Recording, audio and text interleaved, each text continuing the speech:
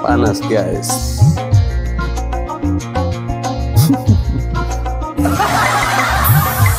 Apa ini?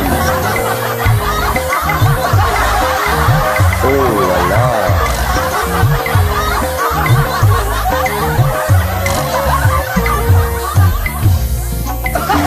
Kasian ya.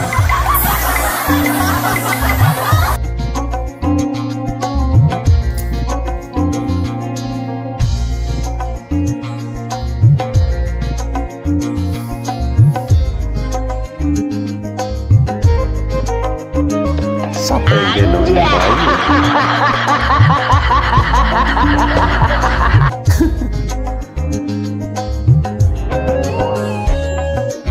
Wow, mantap. Apaan tuh? Guys, minum kopi guys. Comblembong remblong.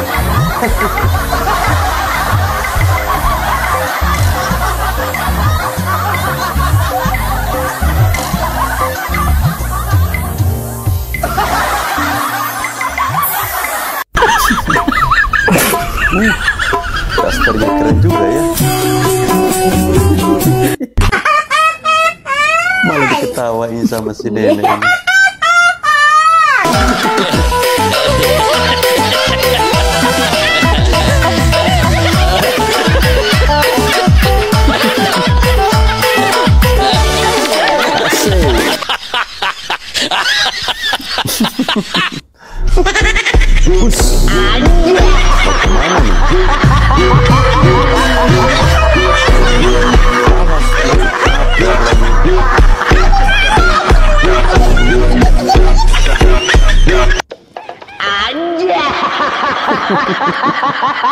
Ngapain ya?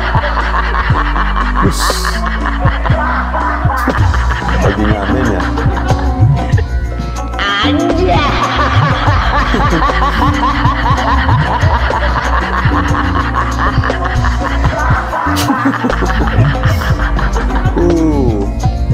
Ini si Panci, dari mana si Panci ini?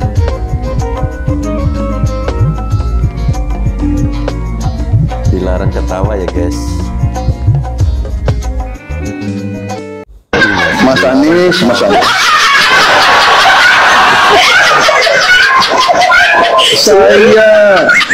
Saya berpendapat Mas Anies ini agak berlebihan. Mas Anies mengeluh tentang demokrasi ini dan itu dan ini. Mas Anies dipilih dari gubernur DKI menghadapi pemerintah yang berkuasa. Saya yang mengusung Bapak.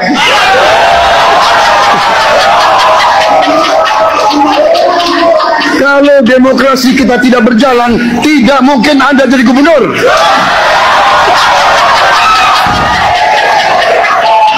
Kalau Jokowi diktator, Anda tidak mungkin jadi gubernur. Saya waktu itu oposisi, Mas Anies. Anda ke rumah saya, kita oposisi, Anda terpilih. Waktu habis, Bapak. Ini Pak.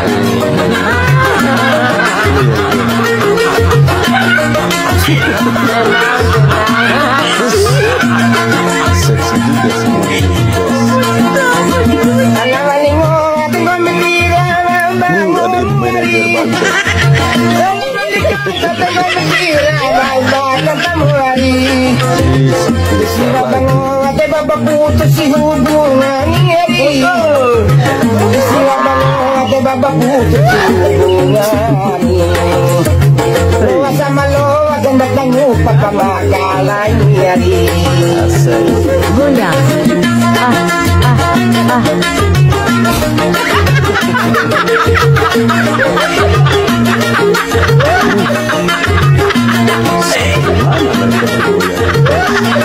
Buat Falco Ngoe Channel, sukses terus ya channelnya. Semoga semakin ramai.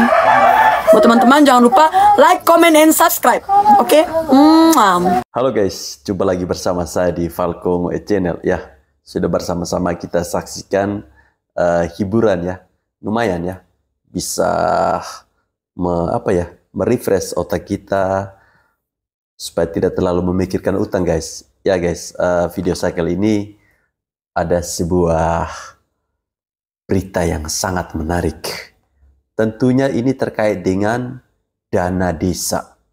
Ya, ada informasi tentang dana desa. Kemudian yang kedua, ada video dari Menteri Pertanian kita yang dimana beliau berbicara tentang susahnya ya mendistribusikan pupuk. Bagaimana para kepala desa ini bahkan mengeluh ya, pupuk yang seharusnya sudah mereka terima tapi sampai saat ini belum juga diterima. Bahkan sampai dimarahin ya. Para bupati ini dimarahin sama Bapak Menteri Pertanian kita. Ini keren sekali guys. Kita simak video ini sampai selesai ya, biar tidak salah paham gitu loh. Oke, lanjut. Menantu kalian anak kepala desa, woi nggak main lagi lah. Asik. Karena dana untuk kepala desa sudah nggak ada lagi. Menteri Keuangan nggak kasih lagi dana untuk kepala desa. Anakku pacaran dia dengan anak kepala desa. Ku bilang sama anakku, jangan lagi kau pacaran sama anak kepala desa, karena nggak bisa lagi tuh? korupsi. Pesan ini saya ingin sampaikan kepada seluruh aparat desa dimanapun Anda berada. Baik itu kepala desa, sekretaris, bendahara, dan lain-lain. Ingat, Warning ya. pemerintah terpilih saat ini Bapak Prabowo Subianto bersama jajaran timnya sedang proses bersih-bersih. Kalian sudah tahu bersih-bersih apa ya? Hati-hati ya. Jadi saya ingin sampaikan kepada Bapak Ibu yang sedang menjabat saat ini di desa manapun itu, gunakan anggaran dana desa sebaik-baik mungkin. Jangan melenceng, jangan belok kiri, belok kanan, jangan pakai pikiran-pikiran kotor untuk kepentingan pribadi. Ya, karena yang korupsi besar-besaran saja disikat, ditangkap, meskipun ada backingan. Apalagi Jadi yang kecil. kecil ini jangan macam-macam. Jangan sampai nanti dijemput pakai rompi orange. Orange apa pink? Ingat Bang? ada salah satu menteri Pak Prabowo kemarin menyampaikan mereka sudah menyiapkan rompi orange begitu banyak. Wow. Jadi siapapun yang berani bermain-main Hati-hati ya, dengan guys. uang negara, mau itu dekat dengan ini, dekat dengan A, B, backingan yang paling kuat ini tidak ada. Pokoknya semua sama rata. Kalau salah, sikat. Jadi pesan saya sih, tetap di jalan yang lurus yang belum terjerumus. Ya, Tetap betul. di jalan yang lurus, kerjakan sebaik-baik mungkin untuk desa-desa Anda. Bangun desa Anda sebaik mungkin, karena Anda ditugaskan untuk membangun wilayah Anda. Bukan untuk membangun urusan Dompet pribadi. Anda. Yang sudah terjerumus dan belok kiri belok kanan, harap bersabar. Ada Anda akan antrian. dijemput menggunakan rompi oranye. Sumpah gue bingung deh sama Pak Prabowo. Kenapa, maksudnya Bang? Kenapa gitu? Pak Prabowo kan bekerja ataupun dilantik kan belum ada 1 bulan ya, belum sampai bahkan 1 bulan. Masa Ya. beliau udah menandatangani aja peraturan yang mau melunasi hutang petani, nelayan, pelaku UMKM yang terkena dampak COVID-19 dan bencana alam. Pokoknya semacamnya deh. Enggak, maksud gue dengan kemarin sudah menangkap koruptor, sudah memblokir 187.000 situs judi online, itu udah cukup gitu menjadi hasil kerja. Maksudnya ya kayak udah mengumbar janji aja, janji, nggak semua harus direalisasikan. Janji-janji, tinggal janji. Maksudnya udah cukup Kayak lah lagu dengan aja ya, kemarin guys. menangkap koruptor dan memblokir situs judi, itu menjadi hasil kerjanya gitu. Jangan semua mau dilakuin, jangan semua mau dilaksanain gitu. Maksudnya ya janji aja, nggak usah ditepatin.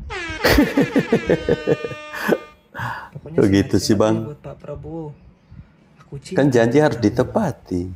Apakah seluruh desa yang menerima dana desa ini pernah dilakukan survei, terjadi peningkatan pembangunan apa tidak? Kemudian penggunaan dana ini optimal apa tidak? Kemudian saya mau kasih tahu Bapak, paling berat urusan Menteri Desa itu pengawasan penggunaan dana desa. Karena Bapak tidak punya organ di daerah. Pengawasan dana desa ini diserahkan kepada kabupaten, perat kabupaten.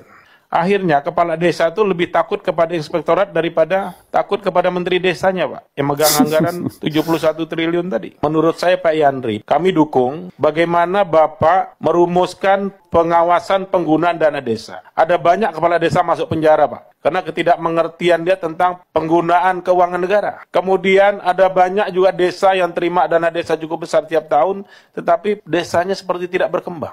Ada apa di sana? Kemudian sejauh mana pengawasan itu? Monitoring dari Kementerian Desa, PDT, dan Transmigrasi ini seperti apa terhadap penggunaan dana desa ini? Manfaat dari dana desa itu seberapa besar sih sebetulnya? Kami terus-menerus melakukan sampai ke dana desa. Kalau sekarang di sosial media banyak sekali feedback ke saya, Ibu tolong diawasi dana desa, Bu. Kepala desa saya baru beli rumah baru. Kepala desa saya baru beli Jadi sekarang sosial media itu I can receive a lot of feedback. Tidak dan bisa ditutup-tutupin lagi ya guys. Gitu. Gimana caranya ya 75.000 desa di Indonesia. Masing-masing mendapatkan antara 900 sampai 3 miliar. Dan kalau governance banyak kepala desa sekarang banyak yang kepengen menjadi kepala desa. Karena kenapa ternyata ya? Pertama dapat gaji secara langsung dari pemerintah plus ada anggarannya pasti gitu. Jadi orang wah senang juga ya menjadi kepala desa. Ya guys, berbicara mengenai dana desa, ya yang seharusnya kan manfaat dari dana desa itu kan untuk membangun desa itu sendiri, ya membangun desa itu sendiri, menuntaskan kemiskinan atau kesenjangan sosial yang ada di desa kan biar bagaimanapun juga program dari pemerintah itu membangun kota itu dari desa. Kalau desa sudah maju, itu otomatis kota pasti akan lebih maju. Lah ini tidak. Ketika para kepala desa ini diberikan anggaran yang begitu besar, mereka malah salah menggunakan. Hati-hati loh, ya, hati-hati. Karena ini presiden yang baru saat ini tidak main-main.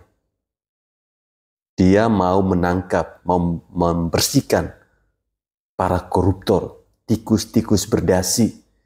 Jadi pesan saya, manfaatkan dana desa itu sebaik mungkin. Ya, manfaatkan dana desa itu sebaik mungkin. Kalau Anda bekerja di jalan yang lurus, Anda tidak perlu khawatir. Tapi kalau Anda sudah belok sedikit saja, waspada, hati-hati. Antrian akan menunggu Anda. Ya, hanya tinggal menunggu waktu untuk menjemput Anda dengan menggunakan pakaian kebesaran, yaitu rompi orange. Tapi sekarang katanya sudah berubah sih, rompinya warna pink. Jadi tidak heran kalau Bapak Prabowo baru-baru ini berani menekan peraturan presiden atau terkait dengan penghapusan pinjaman bagi para petani dan nelayan, khususnya yang UMKM ya. Pertanyaannya uang dari mana? Ya uang dari para koruptor tadi. Bayangkan dalam waktu belum sampai sebulan, uang yang dikumpulkan dari para koruptor itu sudah mencapai 3,1 triliun. Ini baru dari yang kelas kakap, belum ditambah dari kelas teri seperti dari desa-desa tadi. Kan sudah ada tuh kepala desa yang ditangkap kan? Oknum kepala desa dan lurah. Nah, ini menjadi bahan koreksi bagi kita. Bahkan ada satu, ini benar nggak bohong saya ini, benar nih Pak Isran. Ada satu kepala desa bupati curhat sama saya nggak mau sebutin lah. Kita nggak mau mempermalukan. Sebutin aja, curhat, Pak Mendagri, tolonglah kalau bisa dibantu ada pembinaan untuk teman-teman kepala desa biar paham tanggung jawabnya. Ya. Jangan dipakai seperti uang sendiri. Ya. Kenapa Bu? Ibu-ibu lagi nih. Kenapa Bu? Di tempat saya itu Pak, itu teman-teman kepala desa begitu terima anggaran desa ke karaoke Pak. Gitu. Masa sih? Ini rajin ke karaoke, ngebon, ngutang di tempat karaoke. Jadi yang datang ke kantor bupati, maminya, mami, tahu kan mami ya?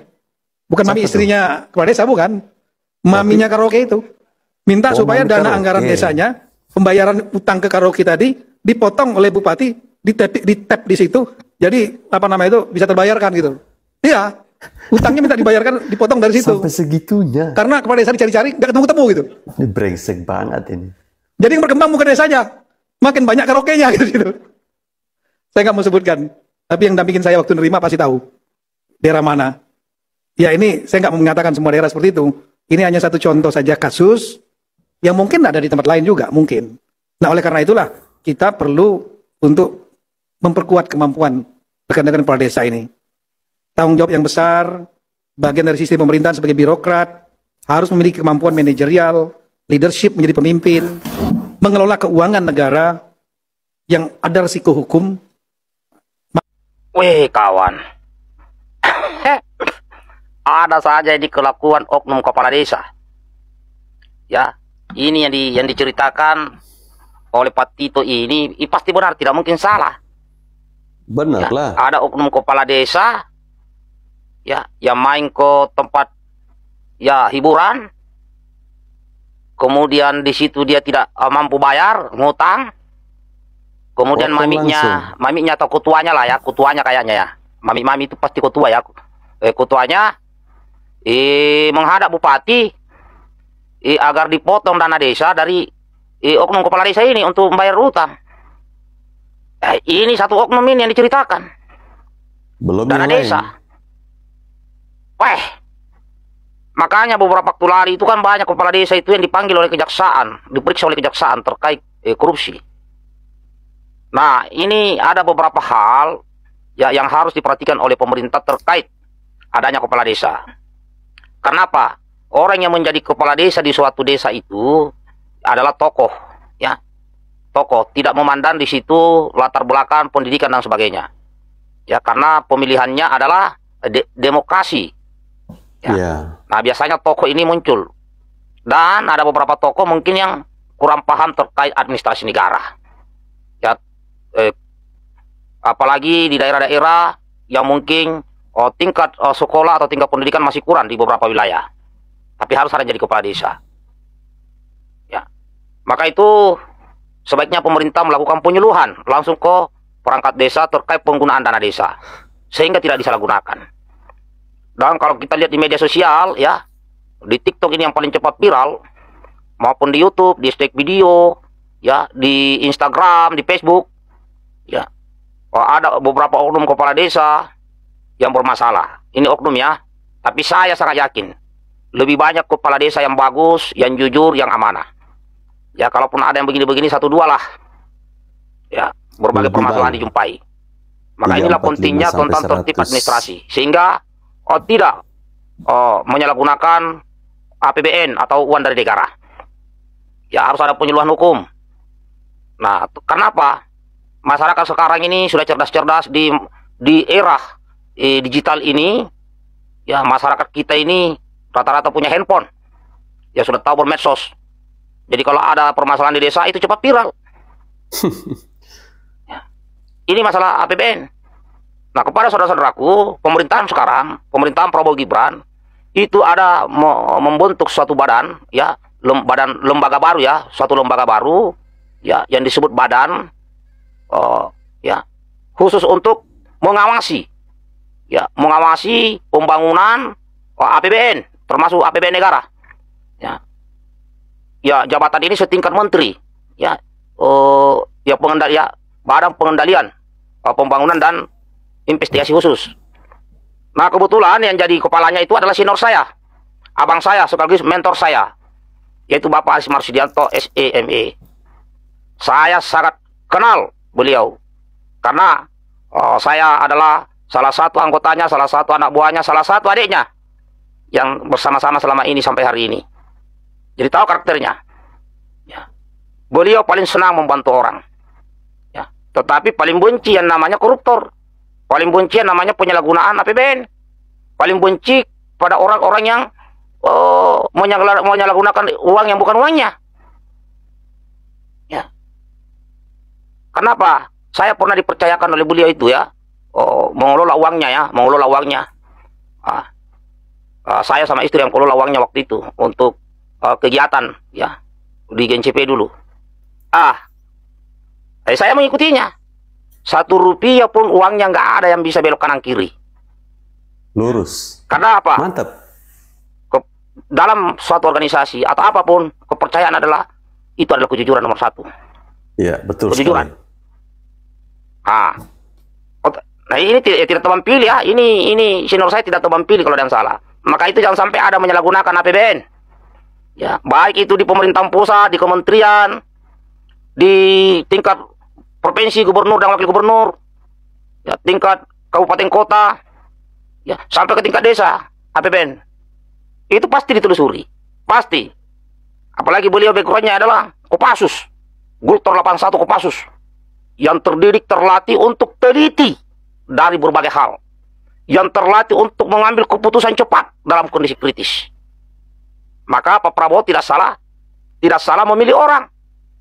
Dan itu juga Pak Aris Marsudianto itu pernah sama-sama penugasan dengan Pak Prabowo, yaitu pembebasan Sandra Maponduma di Papua tahun 96. Nah, singkat cerita, ya senior saya pensiun dini, gabung ditarik oleh Pak Prabowo sampai sekarang. Jadi Pak Prabowo juga sangat percaya kepada Pak Aris Marsudianto ini. Ya, jadi hati-hati kalian yang selama ini mungkin bermain uang APBN, kalian tidak lolos. Apalagi yang sekali yang oknum kepala desa itu, selesai. Ya, karena di dalam menyelesaikan sebuah permasalahan dan melakukan sebuah investigasi khusus terhadap suatu persoalan, maka Pak Aris Marsudianto sebagai kepala badan ya pengendalian pembangunan dan investigasi khusus bisa meminta bantuan seluruh perangkat alat negara untuk melaksanakan investigasi khusus. Mudah-mudahan ke depan tidak lagi oknum-oknum kepala desa yang seperti ini. Baik, Media Ya, berbicara tentang ada oknum-oknum kepala desa yang menggunakan dana desa untuk pergi ke klub malam. Ini tentu sangat miris sekali ya guys.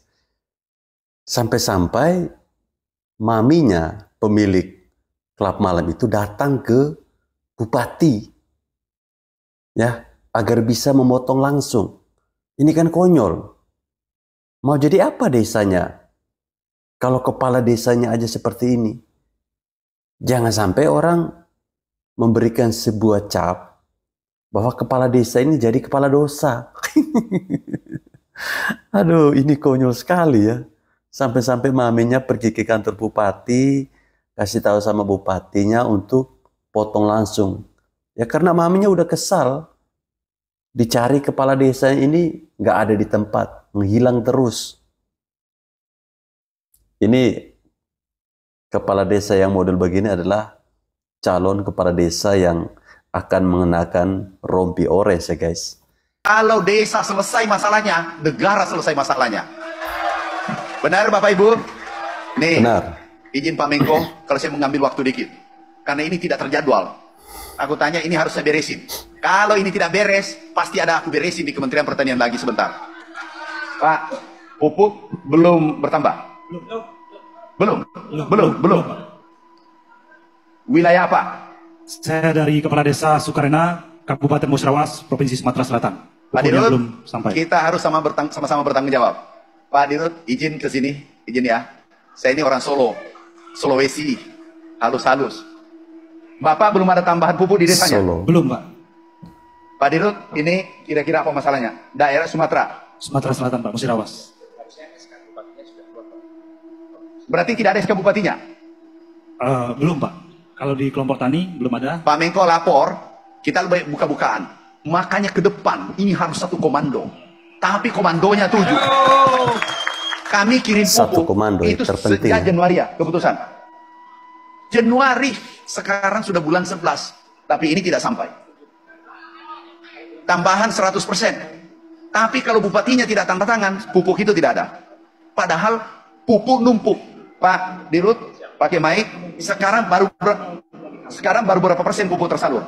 Dari 9, maaf, kami ulangi, Bapak Presiden Republik Indonesia telah menambah kuota 100%. Bukan 50, 100% seluruh Indonesia. 100%. Yang kedua kemarin adalah ada utang petani nelayan dengan macet 10 tahun kalau tidak salah, itu diputihkan oleh Bapak Presiden. Begitu sayangnya pada petani, pada UMKM, masyarakat kecil, itu perintah Bapak Presiden. Ini aku harus selesaikan. Pak, kenapa? Jadi mohon izin Bapak, SK dari Gubernur dan Bupati seharusnya sudah selesai pada bulan Juli semuanya. Tapi ini yang saya belum tahu, seharusnya yang dari... Pak, bisa nggak ditelepon langsung? Siapa distributornya sana? Bupatinya tahu? Oh, proses pilkada. Pak Menko, inilah dampaknya tidak diturunkan itu biasanya pupuk. Ini pupuk tidak boleh dipolitisasi. Ini kepentingan rakyat kecil. Oke? Betul. Coba dicek. Pupuk Pak tidak Dirut, boleh supaya dipolitisasi. selesai. Maju. Insya Allah aku selesaikan. Jangan diu pulang. Kalau perlu berkantor di sini. Kalau saya tidak beresin. Pak, masalahnya di daerah mana? Saya dari Kabupaten Cilacap. Oh, dekat nih. Yeah. Sampai hari ini kami belum menerima informasi bahwa di desa kami itu ada bantuan pupuk. Bapak ada HP? Ada. Biasa chat-chat? Dengan? Kemana pun? Kami belum pernah. Tidak. Nggak pernah lihat di situ bahwa pupuk sudah ditambah 100%? Belum ada. Pak Dirut, cek langsung. Bapak Cilacap, Pak. Bupatinya Cilacap, cek langsung manajernya di sana. Di mana masalahnya? Bapak? Saya Kepala Desa Bojong, Mrebet, Kabupaten Purbalingga. Sama, oke. Ya. Bapak? Enggak, gini Pak. Jadi ada satu permasalahan, sistem pendistribusian lewat KUD. Kemudian oleh kelompok tani diberikan satu RDKK. Ternyata perubahan kuota dari petani kepada aturan yang sudah ada sekarang, tradisi petani biasa menggunakan 1 hektar 300 kg. Tapi udah gini, yang paling mudah apa? Ya, kesulitannya sampai hari ini mau tanam jagung nggak jadi karena pupuk belum ada tersedia. Jadi kuota masih kurang. Pak Menko bisa bayangkan, maaf, untung menterinya agak tegas. Itu di BUMN, terus ini di gubernur, ini di bupati. Kapan sampainya ke petani? Beri satu komando, kami yang tanggung jawab. Itulah kemarin perpres kita, Pak Menko. Oke, Bapak? Dari Ponorogo, Pak. Nah, telepon salah satu di antara dua, Pak manajer. Kenapa manajer?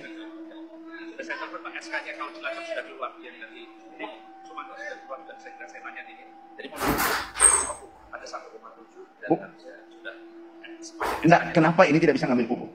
Dari desa Cilacap. Coba manajernya. Dari desa Beringinan, Jambon, Merogo, Pak. Kasusnya hampir sama. Sama, oke. Gini nanti adalah menggunakan KTP sudah bisa ambil pupuk. Dan itu bebas. Enggak dihalangi. Kecuali untuk perusahaan nggak boleh. Ini untuk petani Indonesia dan sudah ditambah 100%. Pak. Terima kasih. Cilacap, Pak. Dicek langsung. Supaya kita ada suruh bicara apa adanya manajernya. Terima kasih Bapak. Bapak? Saya Pak Mathari, Kepala Desa Bukor, Bapak. Bogor? Bukor. Kecamatan Luringin, Kabupaten Bondowoso, Bapak. Di ujung timur, Bapak. Oh, aku tahu. Jawa Timur. Bagaimana apa masalahnya? Nah, masih sampai saat ini kita masih belum tahu kalau ada tambahan 100%, Bapak. Namun pada hari ini di Kabupaten Bondowoso sedang perbaikan ERDKK, Bapak. Ini yang dilakukan oleh PPL di tiap desa di Kabupaten Bondowoso. Pak Dirjan PSPS ini. Coba bayangkan, Pak. Birokrasi kita 1 tahun tapi pupuk belum sampai di lapangan. Sudah ada belum? Pantasan aja Indonesia Sudah sampai maju belum? ya guys. Sudah sampai belum? Belum Bapak. Jawa Timur, ini Bapak. Jawa, bagaimana Papua, bagaimana Aceh? Pak, bagaimana Sumatera? Kenapa ini gini? Coba tanya langsung manajernya, kenapa? Saya Pak. Ya. Kepala Desa Tugu, Kecamatan Cimagu, Kabupaten Pandeglang, Banten. Bagaimana Pak? Kami merasa kesulitan untuk mendapatkan pupuk. Bukan ada tambahan atau belum? Belum ada. Banten Belum. Pak, sudah kesusahan Pak, kesusahan mendapatkan pupuk sampai hari ini. Bapak Ibu, kalau dengar catat rekam suara saya, izin Pak Menko, saya harus izin Pak Menko, Menteri Desa izin. Rekam suara saya. Kalau distributor permainkan, besok aku cabut izinnya semua. Ya, aku cabut. Kami kemarin di Aceh, Jawa Tengah kami cabut. Izin. Kalau Bapak? Mohon izin Pak Menteri, saya Budiarto, Kepala Jawa Timur dari Kabupaten Banyuwangi. Ada tambahan nggak? Persoalannya, begitu kita beli pupuk di kios, itu harus pakai RDKK, susah sekali Pak Menteri. Termasuk Pak Menteri. RDKK itu? Termasuk Pak Menteri, bantuan terkait dengan mesin pompa air, susahnya itu kita beli solar. Jadi mau hidup itu susah cari solarnya Pak Menteri. Sini. Pak Punten. Ini. Kalau ini sudah offside ini nggak boleh kepala desa, bolehlah manja sama saya, tapi jangan seperti ini. Sudah kasih pompa belum? Sudah siap Pak Menteri. Kasih bibit belum? Sudah siap. Gratis kan? Gratis semuanya Pak Menteri. Bapak kalau beli solar lagi, menteri lagi, pemerintah lagi disuruh beli. Pak, Bapak, untung kepala desa ini tidak lahir pada saat kita mau perang. Ini pelitnya tidak ketulungan. Tahu nggak pahlawan kita? Pahlawan Jawa Timur siapa?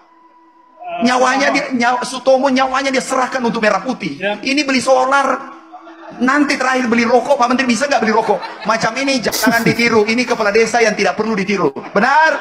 Hidup kepala desa. Hidup kepala desa. Kecuali kepala desa. Apa namanya kepala desa? Apa namanya Mas? Kecuali kepala desa Pejuani satu. Oknum, bukan kepala desa. Solar terakhir nanti tusuk gigi diminta. Pak Menteri bisa nggak dikasih tusuk gigi? Benar, pemerintah sudah kasih pupuk 100% naik, pompa gratis, itu nilainya triliunan. Kami minta kepada Bapak Presiden, Presiden mengatakan penuhi permintaan rakyat. Oke, ya, lain kali jangan minta solar lagi ya. Janji. Terus, enggak, sudah cepat bertobat. Pak Menko, dimaafkan, sudah cepat Menteri Desa.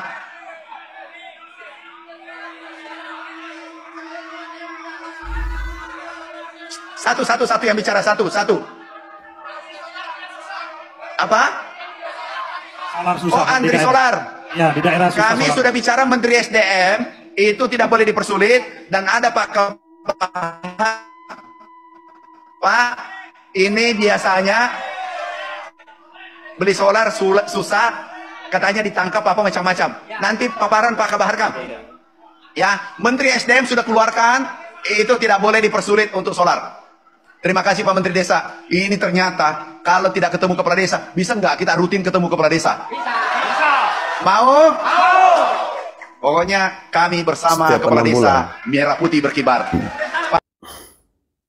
Ya, saya suka gaya Pak Menteri kita ini ya, Menteri Pertanian, Pak Amran. Ini alasan kenapa beliau ini masih dipertahankan ya. Beliau ini Menteri Pertanian di zamannya Bapak Jokowi. Ketika kepemimpinan beralih ke Bapak Prabowo Subianto, dia masih tetap dipakai. Karena apa? Karena ketegasan beliau. Dia tidak main-main. Bayangkan kalau teman-teman menyimak video tadi, dia nampak sedikit atau sangat kesal ya. Sangat kesal dengan ulah oknum-oknum yang selalu mempersulit. Saya setuju dengan apa yang beliau sampaikan bahwa harus satu komando. Ya, harus satu komando. Lah ini pupuk sudah diedarkan dari bulan Januari atau Februari, tapi sampai November belum juga sampai ke desa. Kapan petani mulai menanam? Ya, mau ditambah berapa persen pun, kalau birokrasinya masih bertele-tele seperti ini, sama saja bohong. Ya, mau pemerintah bantu 1000%, sama saja bohong. Tapi kalau satu komando seperti yang diusulkan oleh Pak Mentan ini tentu akan bagus ya, memotong jalan. Sehingga ketika pupuk itu disalurkan dari pusat, tidak harus menunggu waktu berbulan-bulan sampai ke petani. Ya, semoga saja ini bisa ditiru oleh menteri-menteri yang lain ya, khususnya mengenai ketegasan. Komentar teman-teman terkait dengan aksi dari Pak Amran ini seperti apa? Dan juga video-video tadi mengenai oknum-oknum kepala desa yang natskal ya, sedikit natskal. Silakan komentar ya guys.